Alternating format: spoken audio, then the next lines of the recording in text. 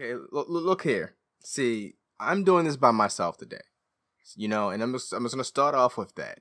And seeing as though my computer has been the cunt for the longest right now because it won't let me record continuously because it keeps saying some kind of fucking error. I don't know. It just gave me another one I had to click out of. And just some bullshit. So we're not doing an hour today. We're doing a strict 40 minutes. I am going to run through Raw. I'm going to run through SmackDown. Fuck video games right now because I ain't got no fucking video game news. Because guess what? That's not me. That's Rufus. But you know what? There's one good thing about all this. Because you and I, you and me and you, us two, peas in the pod. We don't get no alone time because we always got Justin and Rufus around. So this is our time to be together. Do some things that we're not supposed to do. Like dip your finger in the ice cream ever so slowly. Yeah, you know what I'm talking about. Twirl it. Make sure you twirl it because you can make some money off of that. And you know who else made money? The WWE made a shit ton of money because they just signed a deal with Fox. So SmackDown will be airing on Fox on Fridays come October 2019. Like that transition, didn't you? You know what I do. You know what I do. But to me, it's just weird. It's mind blowing for some odd reason to think that SmackDown is going to be airing on Fox on Friday, a day of the week that is just the death trap for Fox, first of all. But seeing as though it's WWE and it's going to be making it more accessible to some of the fans, seeing as though, weekends and all, it's going to work out. It's just it's weird to think that we're going to see them go back to such an accessible channel. Because you can just pop on Fox and watch SmackDown. You don't have to worry about having cable and going to the USA. You don't have to worry about having Hulu. And it makes it easier for a certain group of fans, which is cool. I appreciate it. I like it. It's just weird because it's going to be back on Friday. So is it still going to be live? Are they going to be going from Raw Monday to 205 Live on Tuesday still? Or is 205 Live going to be filmed a week in advance on SmackDown on Friday if it's Friday? But will SmackDown still be live? That's just the question that needs to be answered. And it's just going to be, we're going to have such spread out days when it comes to WWE now, which it's been so long since we've had that. It's good. It's just, I don't know. I'm kind of indifferent, but for some reason, I don't know why I'm indifferent. I really don't know why. What the fuck? I don't know. It's cool that we're going back to Fridays. It's cool that it's going to be a more accessible channel for people to watch. And it's going to be a more accessible day rather than kids staying up Mondays and Tuesdays to watch wrestling, even though Tuesday SmackDown ends earlier than Raw does. It doesn't matter. It doesn't matter. But, and some other bits of news, which shouldn't really be news because we all kind of knew, but remember how a couple weeks ago John Cena and Nikki Bella they broke up, and then Cena fucking on TV talking about how much he misses her and wants to be with her and blah blah blah, and then all of a sudden over the weekend, excuse me, I'm sorry, I'm seeing a commercial for NXT and it's gonna be a handicap match. Velveteen Dream and Ricochet versus Lars Sullivan. I'm here for it because you need to further that feud between Velveteen and Ricochet in some way without it being, a mundane WWE way. So cool. I appreciate that. But back to what I was saying. Cena, he wants to be back with her. He loves her. He misses her. Blah, blah, blah.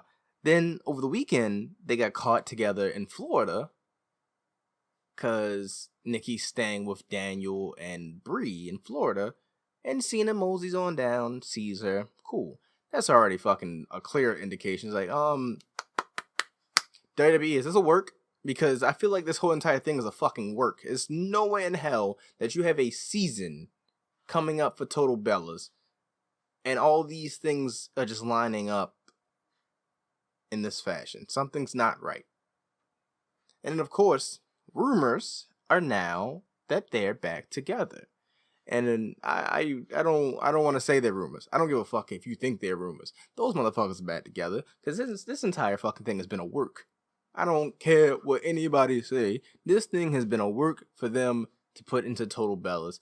And WWE, we all fucking know that reality shows, for the vast majority, are scripted. We know this. But can you give some kind of illusion? Like, well, they don't even try to give illusions, so I can understand why you wouldn't. But still, nigga, we what the fuck was that, TJP? Stop dabbing. Please stop dabbing. There are other dances you could possibly do now that are in with the young kids, with the hip hop community, and the gangbangers and the rappers and shit. There's other dances you can do. Stop dabbing. This shit's fucking annoying. I understand you're a cunt heel, but dude, stop. No more dabs. No more fucking dabs. Back to what I was saying again. WWE, we know it's a fucking work. You didn't have to do any of this. You really didn't have to do any of this. You really needed to create some kind of fucking drama to put into your reality show. Why? You don't need a reality show at this point. Please, I know that it probably will, but please let Ms. and Mrs. be so much better than this. Please don't let them take random shit. You know what? They really can't when you really think about it, because Total Bellas revolves around the Bellas. Okay, cool. But that also has to revolve around Daniel and Cena. Cool. And then you have Total Divas, and that's just all of them all together. And it's like you take storylines and work them into this reality show, or you take elements of the reality show and work it into your... No. They're supposed to be separate entities. Separate fucking entities. Please stop this.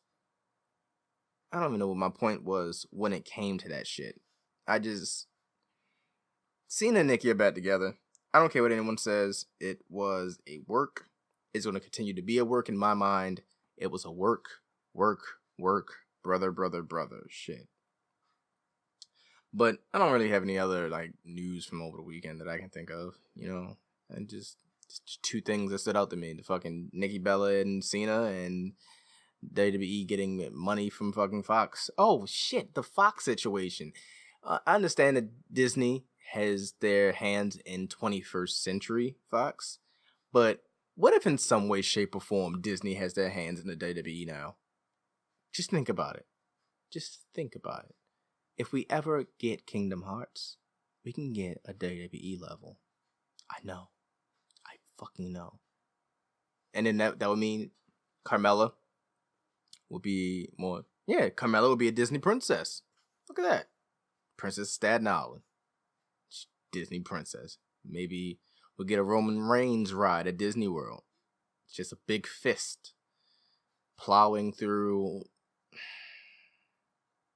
You know, I had something there. Something about anuses. I don't know. You know? But speaking of Roman, because Roman started off, technically, Raw with Kurt Angle and surprise return of Stephanie McMahon. You know, the bitch that we don't really want on TVs all that much. But, I mean, I don't mind Stephanie. I mean, I understand the general consensus is that we hate Stephanie. I hate Stephanie because she's a heel. She's a distasteful ass fucking heel. But the fact that she's the boss's daughter and the boss herself is like she doesn't get her comeuppance enough. And I'm guessing because she's a female. Because any other male authority figure, heel or face, over the vast majority of the years of male on-screen authority figures, they get their comeuppance more often than not.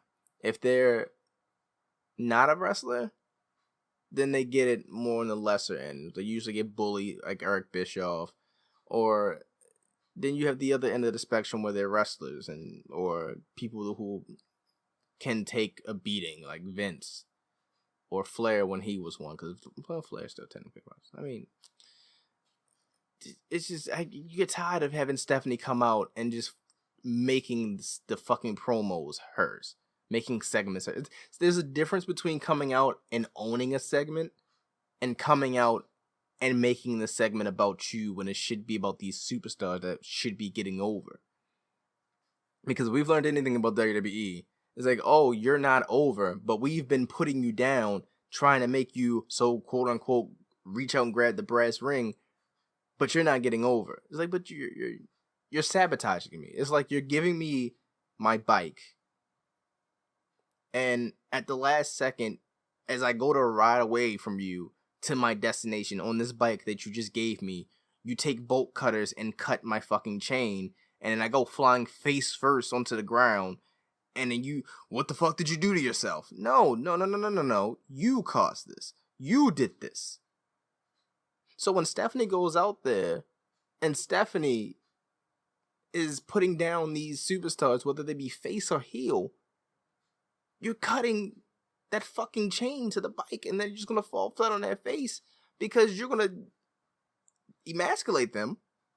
Or if it's the women, you're gonna just make them seem like they're not a credible person in the women's division if we're supposed to be respecting women so highly in the WWE, but you know, shit's not coming together for some of them, and we're treating them, giving them overexposure in a sense. I enjoy the historic matches, the historic moments for these women, but it's like, if you oversaturate something like that, it's going to start to lose its meaning. You're giving us Hell in a Cell matches quickly. You're giving us fucking, what was it, 2 Royal Rumbles back to back with the Battle Royals included. You're giving us too much of something that's making it less special. And if you continuously say, this is the historic first time that the women will be blah, blah, blah, blah, blah, cool. Yay. I'm so happy for that. But you're giving me too much at once. And it's just like, stop. Please. Let it sit. Same with the Roman situation. Oversaturation. No one gives a fuck. It's like... But Stephanie, you know, they had a whole segment. Roman's trying that whole, you don't want me, you cater to your favorites, and the corporation doesn't want me to be the top guy, because I'm Daniel Bryan, CM Punk, Stone Cold Steve Austin somehow. No, Roman, no, that's not it. This is not the way to get Roman over, guys. I don't know what the fuck you think you're doing here, but it's not working. But Kevin Owens came out during this promo, interrupted, blah, blah, blah. And this set up him versus Roman. Of course, Roman wins by disqualification when Jinder Mahal interrupts and attacks Roman. And in typical WWE fashion, this leads to a tag team match. Seth and Roman versus Jinder and Kevin Owens. It was, you know, a way to get cheers for Roman by having Seth come out. And it was a good match. I'll give it that. I mean, you know, it led to a match. It led to a good match. The matches were good, which then led to Ember Moon versus Alexa Bliss. Ember Moon won, which, yay, because she deserves the win. She deserves these wins. Ember is, with her character now, adjustments are going to need to be made in due time. Excuse me. Fuck. One more. There you go. Oh, that was a good one. Oh shit, that was another. But anyway, as I was saying, Ember, there's gonna be some tweaks in due time if we're continuing with the woman being of such high profile and given the same amount of time and opportunities as the men. She's gonna have to switch up a little bit. What was my point? Oh, yes. So Ember she's gonna be a mainstay in the women's division for a while. We all know this. She's gonna be one of the NXT call-ups that's just like, you are the future of WWE. You are the future of this women's division. And I'm glad they're giving her these opportunities, like her qualifying for Money in the Bank and her getting these wins over former women's champions. Bravo, WWE. Please don't lose faith in her. Please keep pushing her to the moon, but, you know, in moderation, so you don't oversaturate it. Shit. Oh, I'm sorry. I skipped I shouldn't apologize because this fucking segment was fucking trash ass segment. WWE, let me talk. Let me talk directly to you. These this is your life segments. They need to stop. I understand you struck gold with Rock and Mankind back in the Attitude Era. I get that. But if you really sit back and look at the last, what, 3, 4 promos that you've done in this fashion and seen that they were just such horrible, cringeworthy disaster pieces, you should know you need to stop. Because this is your life segment with Bailey and Alexa. Wasn't that your lowest rated segment? Then you go back a little further than that and you got Old Day. Wasn't Old Day trash? And it was the third one that I personally don't fucking remember. I think I saw it was Mickey James and someone. It seems like it was very recent. But if you have not learned from those 3 segments, if you have not learned from the fact that you cannot replicate Dwayne The Rock Johnson and Mick Foley, stop. You need to stop. Because it's not getting you anywhere. I applaud Sami Zayn for trying his hardest to make it work. Because normally you would see them just like either be trying too hard and it's obvious, or they're just like, fuck this segment, it's dead, the audience doesn't like it. Sammy tried so hard to present that in a fashion of like, hey, you need to watch this, what I'm talking about, see what I'm doing. And I will somewhat give it to Bobby Lashley too, because Bobby Lashley, I haven't really seen him on mic as a face since he's gotten slightly better at promo work. I've seen him do promo work as a heel, and I love it for who he is. So I was kind of skeptical, and I still am kind of indifferent about it. But Bobby's a guy who just beats people up. So I mean, he did what he had to do. He tortured those 3 sisters of his, tortured the fuck out of them, especially the one with the broomstick, and then he threw her over the fucking top rope and eliminated her from the Royal Rumble. That was, cool. Baron Corbin faced No Way Jose, which Baron Corbin, of course, fucking won. Finn and Braun wanted a rematch against Drew and Dolph Ziggler, but Stephanie, for some fucking reason, says that because they're not an official tag team, they can't face a tag team despite facing a tag team last week as a tag team. I get it. It's like, oh, you're not a part of the tag division. You can't come in here and demand tag team matches. And yes, it's set up Braun versus Finn, but the logic behind it, what the fuck was that? What the fuck was that? What Stephanie, how does that make sense? It doesn't make sense, Steph. It just Chad Gable approached Kurt Angle. And speaking of Dolph and Drew, they interrupted, made a couple of jokes, ha ha ha. Oh, you're a great amateur wrestler. It's not like the rest of us on. Okay, Dolph. You're an amateur wrestler. Kurt was an amateur wrestler. Oh, we get it. I don't know why I just got so far. I don't know why I just shit on Dolph right there, and I don't know why I just blew into the fucking mic like that. Jesus. I don't know. The second was cool. It set up the match between Dolph and Chad later in the night, which, yeah, okay, cool. But the thing that blew my mind was the fact that the B team got their second win and they're still undefeated. And those boys celebrated after that match. Curtis and Bo really deserve this little run that they're having right now, because they're just great. They're just lovable idiots. They're just very, very lovable idiots. Like they were given time to grow with Miz, but it's like now that they're away from Miz, it's like we're gonna really show that Bo and Curtis are a team. They can do what they need to do. They can do it between the ropes, betwixt them. I tried something and I failed horribly just then. Things happen. No, Tozawa versus Hideo Itami's happening right now on 205 Live. That's also cool. That's a thing. But yeah, I'm really liking this run that Bo and Curtis are having, and the fact that Matt Hardy is entertaining it with his Twitter posts in character. Of course, he posted a video warning them to, and it's if we're setting up a feud where Bray and Bo are gonna be across from each other, I'm here for it. I am here for it, man.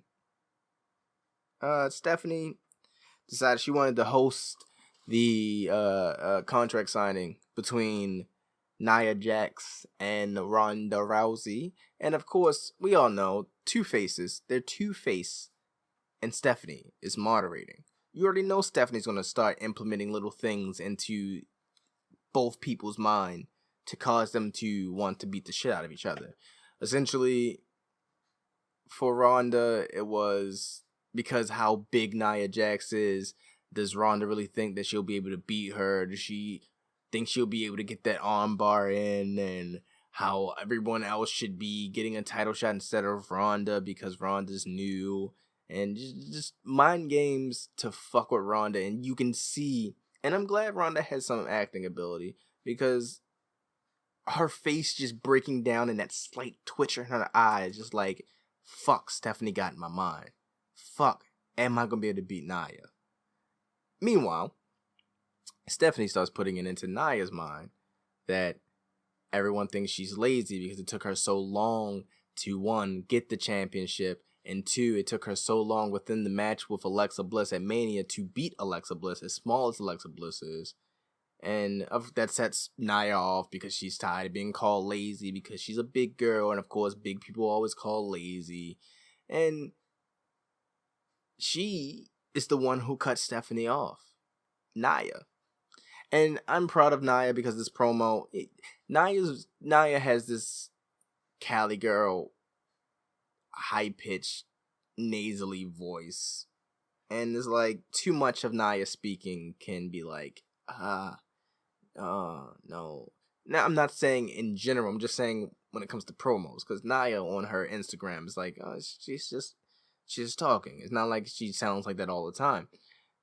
And Nia was able to keep some sense of a different inflection, of a different tone in her voice during the promo, which, bravo. She lost it, but I mean, time will fix things if she keeps working. I'm not saying it's a problem. It's just like when it comes to certain types of promos, it all comes with the delivery. And Nia needs the delivery to, because I'll put it like this: a lot of the women on the roster, they don't have the right emotion in the things they say. Like, I can count on my hands, my feet, and everyone else in my house's hands and feet how many times Sasha Banks has cut a promo where she had to be angry and it was just her yelling in a weird fashion. I'm gonna beat you! Okay, am I supposed to be intimidated? Because that's not intimidating. You sound like someone wrote this on a piece of paper and handed it to you and told you oh wait, that's WWE scripting promos, My bad,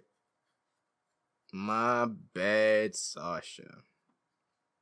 But no, like, in all seriousness, like, there's very few women on the roster who can cut promos where it actually sounds natural.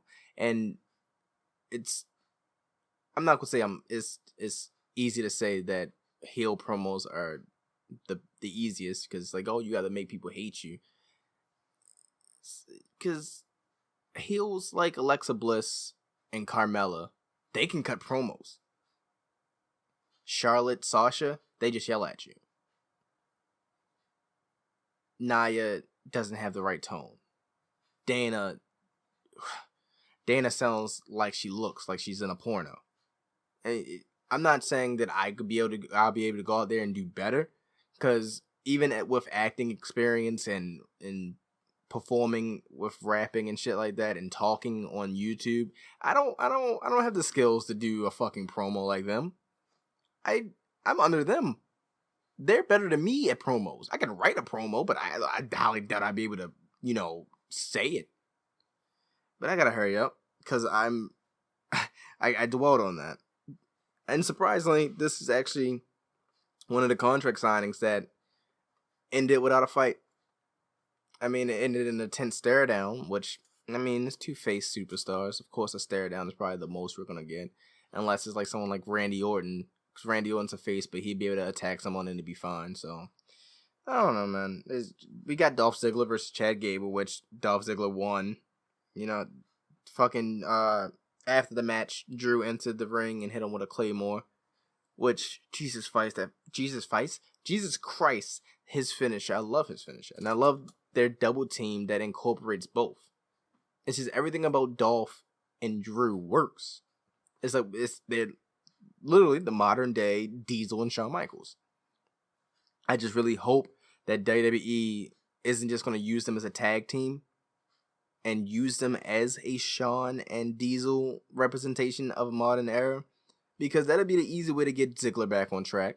That'd be an easy way of pushing Drew into the main event scene like he belongs. We know he belongs there. He ran NXT. For the short period of time. He ran his TNA run. He ran his runs outside of WWE where he's gotten better. He got bigger. He's gotten quicker. He's gotten better on the mic. He was running shit in the indies. And in TNA, if you want to not call it an indie. He needs to be running shit in WWE. And he's going to be running shit in WWE. This is him and Dolph. This is their way of finally getting to where they're supposed to be after all these years and dedication to... Well, I'm going to say dedication because Drew, getting fired and going to the other companies. This is their way. It's like, yo, we deserve where we are supposed to be at. We deserve to be there. You don't really think we do, but we know we do. Jesus Christ, is Aizawa and a Tommy match. They're fucking beating the shit out of each other. I never really got to see Aizawa really like... Aizawa. I'm thinking of fucking My Hero Academia. Tozawa. I haven't really got to see him really like go. Because it's like he's always been just like, hey, Titus Worldwide and that Asian guy, But what was I on Raw? I'm gonna finish up Raw so we can get to SmackDown so I can get out of here because again, I mean me by myself. Who's gonna fucking listen to me by myself for an hour? It's not like I do a podcast on my channel or anything like that because I'm a totally different person, Anyway, so we got another qualifying match. This is the first ever Fatal 4-Way to qualify for Money in the Bank, and it included Natalya, Dana Brooke, Sarah Logan, Liv Morgan,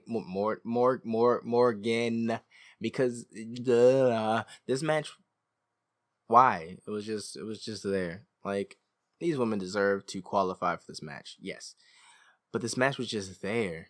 It just happened, and it's like the audience agrees. It's like, why is this happening? What did we get? What did we do to deserve this? Hey, you over there. Hey, Vince, what did I do? Was I bad this week? Is that what you... Yeah. I don't want to see this. I don't want to see this. Natalya won though with a sharpshooter.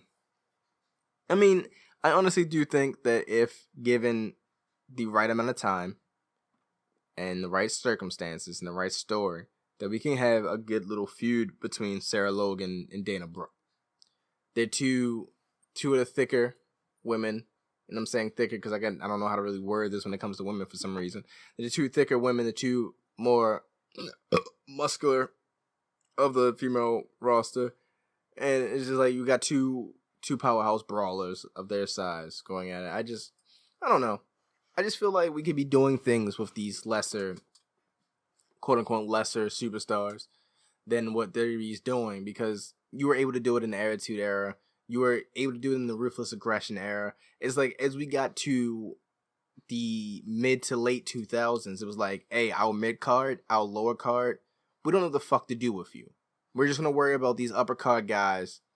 For this time period, we're going to worry about nothing but John Cena and Randy Orton. In this time period, we're going to worry about nothing but Randy Orton, again, Roman Reigns, blah, blah, blah, blah, blah. Yes, some of the people in the main event scenes belong there. I would say Roman belongs, but not to the extent that he belongs. AJ, Shinsuke, Seth, Kevin, those people, cool. I understand that. But your mid card and your lower card, you're not doing much with them. You should be having these stories with them like you used to. You can't just go tag team story. All right, that tag team story is over. Let's continue that tag team story, but throw in maybe 2 other people, and then take those out, and then just go back to our original story. And then you have your mid card title, and then your main event, and then your special match with Brock Lesnar or Ronda or whoever. It's like this special entity for this pay-per-view. The structure, WWE, is like you start small stories, and then you just forget about them. Like Chad Gable and Jinder Mahal for a perfect example. Granted, you're using Jinder with Roman right now, but think about what you could have done with Chad and Jinder. I don't know what you could have really done story structure wise.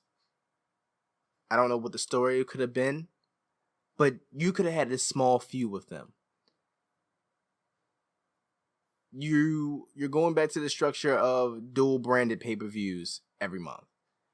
If you had this small match between Jinder and Chad Gable at, say, I don't know what say Money in the Bank, but say we were doing Backlash. You put that match on, give that match like, a good 5 minutes. Good little structure with that 5 minutes. That 5 minutes could get Chad or Jinder over to the extent to really move them into the mid-card. Matches you used to do back in the day all the time.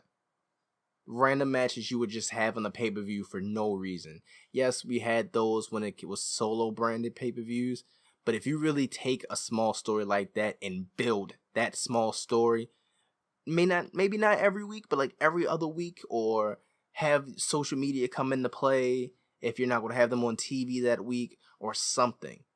If you build these tiny stories and have your mid-card feuds, and then have your Roman Reigns feuds, and your AJ Styles feuds, and whatever Brock Lesnar's doing on that pay-per-view, you could be building people for the future.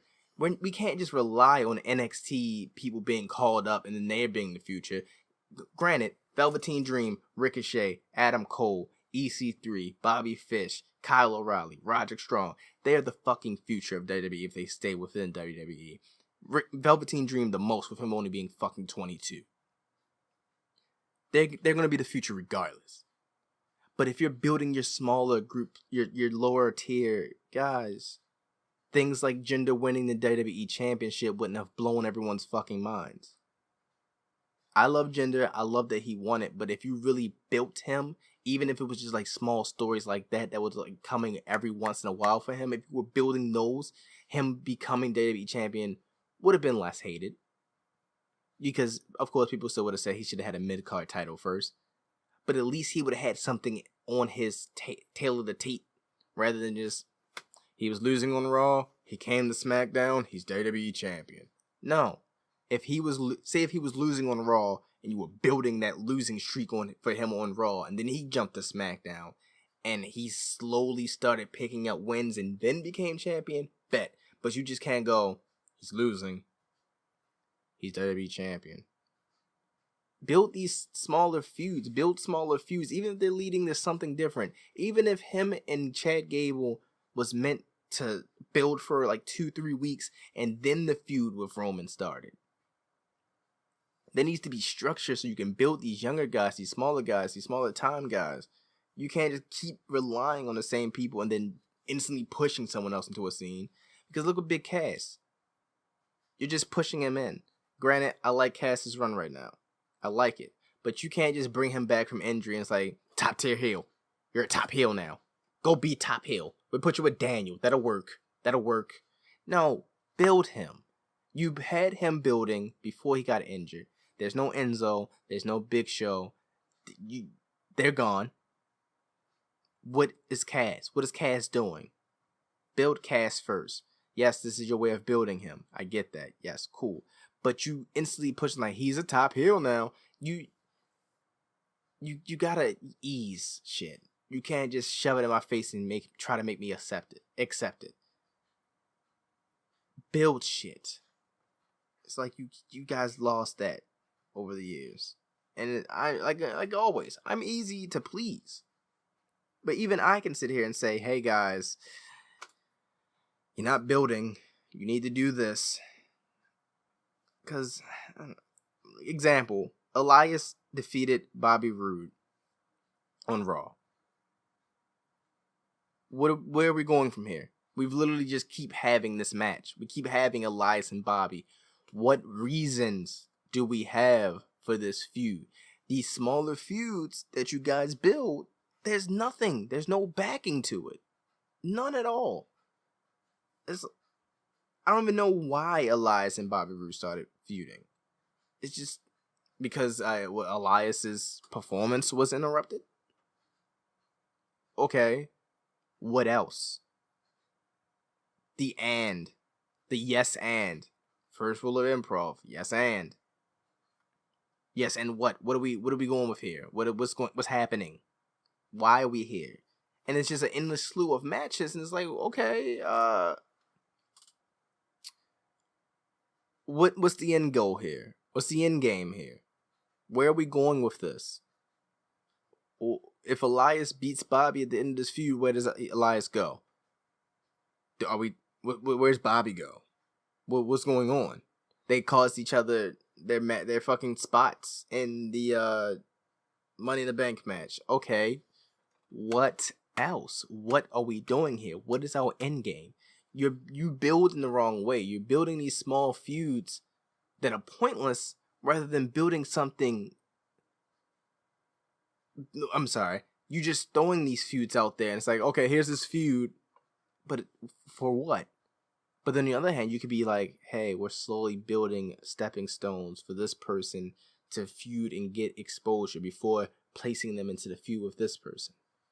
I mean, yes, I can't tell the future, but what the fuck are we doing with Elias and Bobby? What is happening with Elias and Bobby? You know? And finally, our main event for Raw, because I understand I keep going on fucking tangents.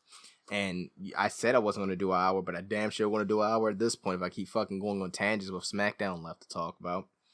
Braun defeated Finn Balor with a power slam.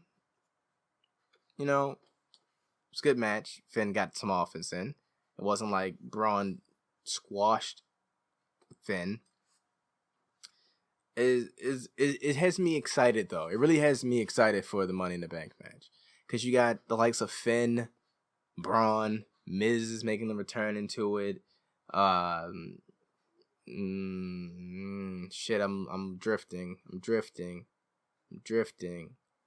Shit. I know New Day's in it, but the thing is, we don't know exactly which member of New Day is going to be in the Money in the Bank match at Money in the Bank, because they had a promo on SmackDown. They had a promo on SmackDown during Miz TV. And this was meant to be the whole deciding factor of who is going to be in the match. But we didn't get that. Instead, we got a promo where The Miz had to egg them on to tell us, picking apart each one by one. Kofi has had every title imaginable except for the WWE Championship. Big E has so much potential, but we can't take him serious because he doesn't take himself seriously. But then as a man who takes himself seriously, Xavier Woods, he has the whole world in his hands, but he could be a superhero if he had the WWE Championship. If he grabbed that briefcase and cashed in to become the WWE Champion. And, you know, I'll be honest. These motherfuckers, all four of them, they hold their own on the mic. And it just, we got a swerve of sorts where they decide Big E. Miz believes that Big E is going to be the one to participate in Money in the Bank. No. Big E is the one who's going to face The Miz tonight on SmackDown. I'm trying to pull up the results for SmackDown because I'm completely blank on something that just fucking happened. But you know, Raw, I had Raw down to fucking T. I mean, I bounced back and forth, but you know, shit happens. All right, so It led to them wanting a match. Cool. Miz says no. Because if he's not getting what he wants, they're not getting what they want. So New Day shames. Oh, there's the timer from when I was supposed to stop. New Day shames Miz. Miz goes to the back because, of course, you can't bring Paige out in front of the audience with Xavier Woods in the ring. Has a confrontation with Paige. Paige says, Miz, you said you will be able to beat any member of New Day any day of the week. So go out there and prove it. And sure enough, with the help of the bar, Miz was able to pick up the win, distracting not only Big E, but Kofi and Woods. Kofi is a fucking beast. This man used Cesaro to jump at Sheamus. This man jumped off another man to get to another man. Now, it wasn't like, poetry in motion. He jumped off his... No. He pushed himself with one foot off of Cesaro's chest. Kofi's a fucking beast. But I really want to know who is going to be the one to participate in Money in the Bank. Because Kofi's been in 6. Big E hasn't been in any from what I can remember. Excuse me. And Woods hasn't been in any. Excuse me again. But they all deserve it. They all deserve to be in it, let alone to win it.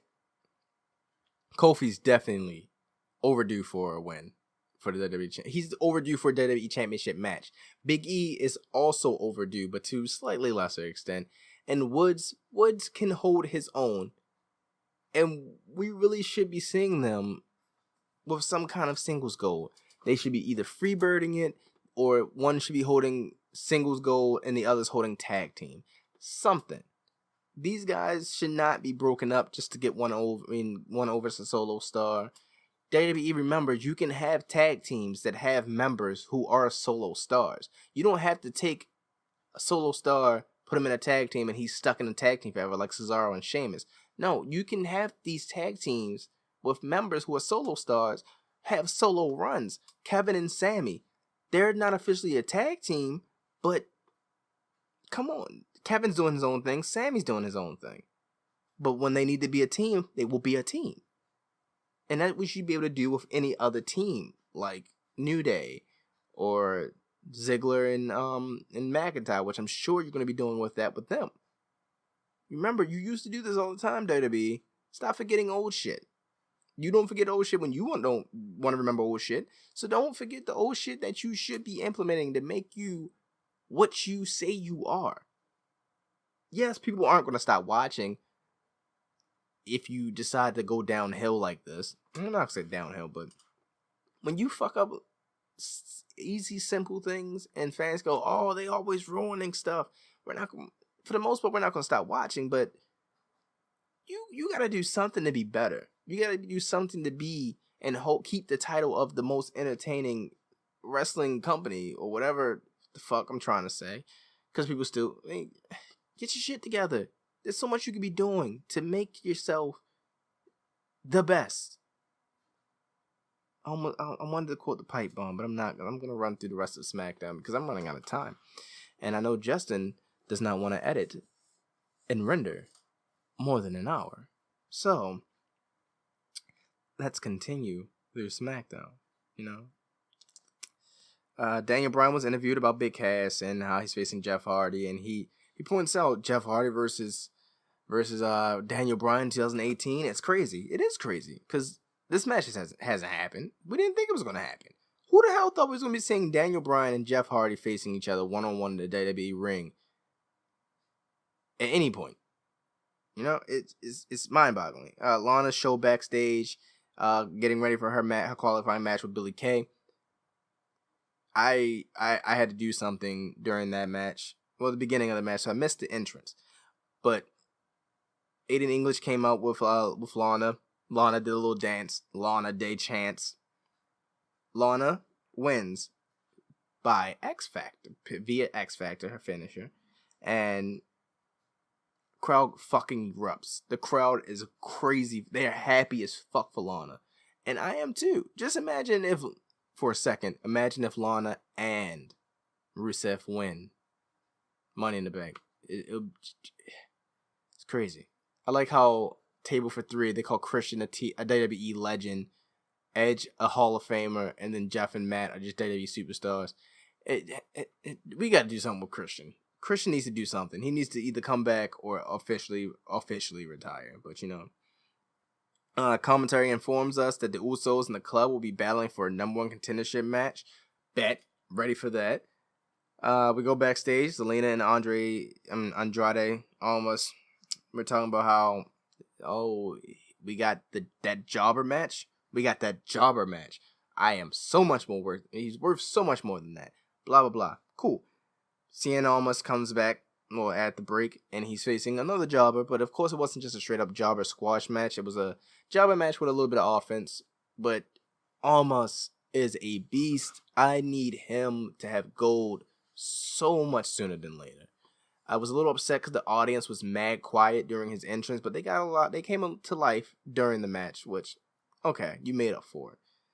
But don't let that shit happen often, because I don't want y'all to fuck him over by not being happy to see him. It makes some kind of sound. We go backstage again. Carmella is cutting a promo about how she's going to beat Asuka because she beat Charlotte twice, and Asuka lost to Charlotte, so by proxy, she's going to lose to Carmella. Carmella's annoying, as always. I love it. Thank you for being on this earth. Thank you for now being a Disney princess and of sorts. Cool. We move on. Blah, blah, blah, blah, blah, blah. Commentary hypes up the face-off between AJ Styles and Shinsuke Nakamura. We come back. Renee Young introduces both AJ and Shinsuke. We get a little promo. Nice little promo. Shinsuke as a heel is, oh my god, I love it. I love it so fucking much. Heel Shinsuke is the shit. Heel Shinsuke is my shit. Fucking teases us by saying we're going to have a pillow fight between him and AJ and Money in the Bank. And the fact that the audience was excited for a pillow fight. I'm so glad we made it out of the fucking era of those being a thing. But this ends up them brawling around the arena, beating the living hell out of each other.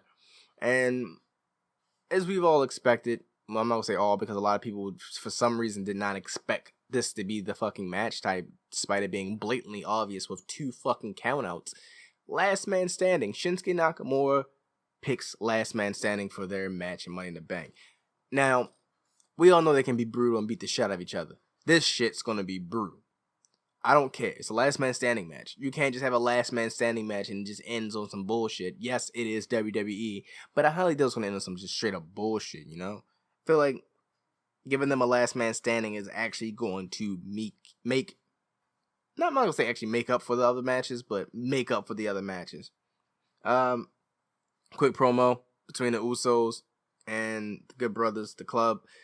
The fucking club are #1 contenders for the tag team championships. The club is facing the Bludgeon Brothers at Money in the Bank for the WWE SmackDown Tag Team Championships. I am for it. I'm all with it. They looked great in the ring with the Usos. I know this match is not going to be any different. Yo, I'm happy. And it's funny because Naomi comes out next and we go to break. Naomi beat Sonya Deville to qualify for the female Money in the Bank. I can't wait to see her and Ember Moon tear it up in a ladder match. We all know they're going to tear that shit the fuck up. Oh yeah, Jeff and Matt were a part of the Brood before Edging or after Edging Christian, one of the two. Back to commercial. They announced a 6-man tag, New Day on one hand versus The Bar and Miz. Because The Bar and Miz, they were a team on Raw, put them back together on SmackDown. Then we get our last match, our last chance Money in the Bank qualifying match between Daniel Bryan and Jeff Hardy. Oh my god, the match did not disappoint. Of course it wasn't going to disappoint. It's fucking Daniel Bryan and Jeff Hardy. Jeff may be losing steps since he's getting older, but this man can still put on beast matches when he needs to put on. Because him and Daniel went at it. And as always, I'm so fucking scared for Daniel because him and Jeff were just throwing each other around. fucking clubbing each other in the head and the fucking neck. And it's like, yo, Daniel, did you forget that you weren't able to wrestle not too long ago, bruh? Don't do this to me. But this match wasn't really to qualify for Money in the Bank. This was to qualify for Money in the Bank. Because next week on SmackDown, the winner was going to face Samoa Joe. And the winner being, Daniel Bryan. So Daniel Bryan versus Samoa Joe for the first time ever in WWE. It's going to be lit. And I love the fact that everyone that Joe has been coming in contact with as of late, meaning Daniel and Roman, he just takes their catchphrase and just makes it so aggressive and scary. It's not even fucking funny. Like, believe that should not send shivers down my spine, and yes chance should not be like, I'm gonna fuck you up. It shouldn't feel that way when someone says yes 3 times in a row. But yeah, that was SmackDown. I'm sorry I had to speed through that and I didn't really get to rant about much when it came to SmackDown because I ranted about so much about WWE and about Raw. It's not even funny, but I mean, I'm by myself. So what was going to happen, I still ain't had no outro for this shit.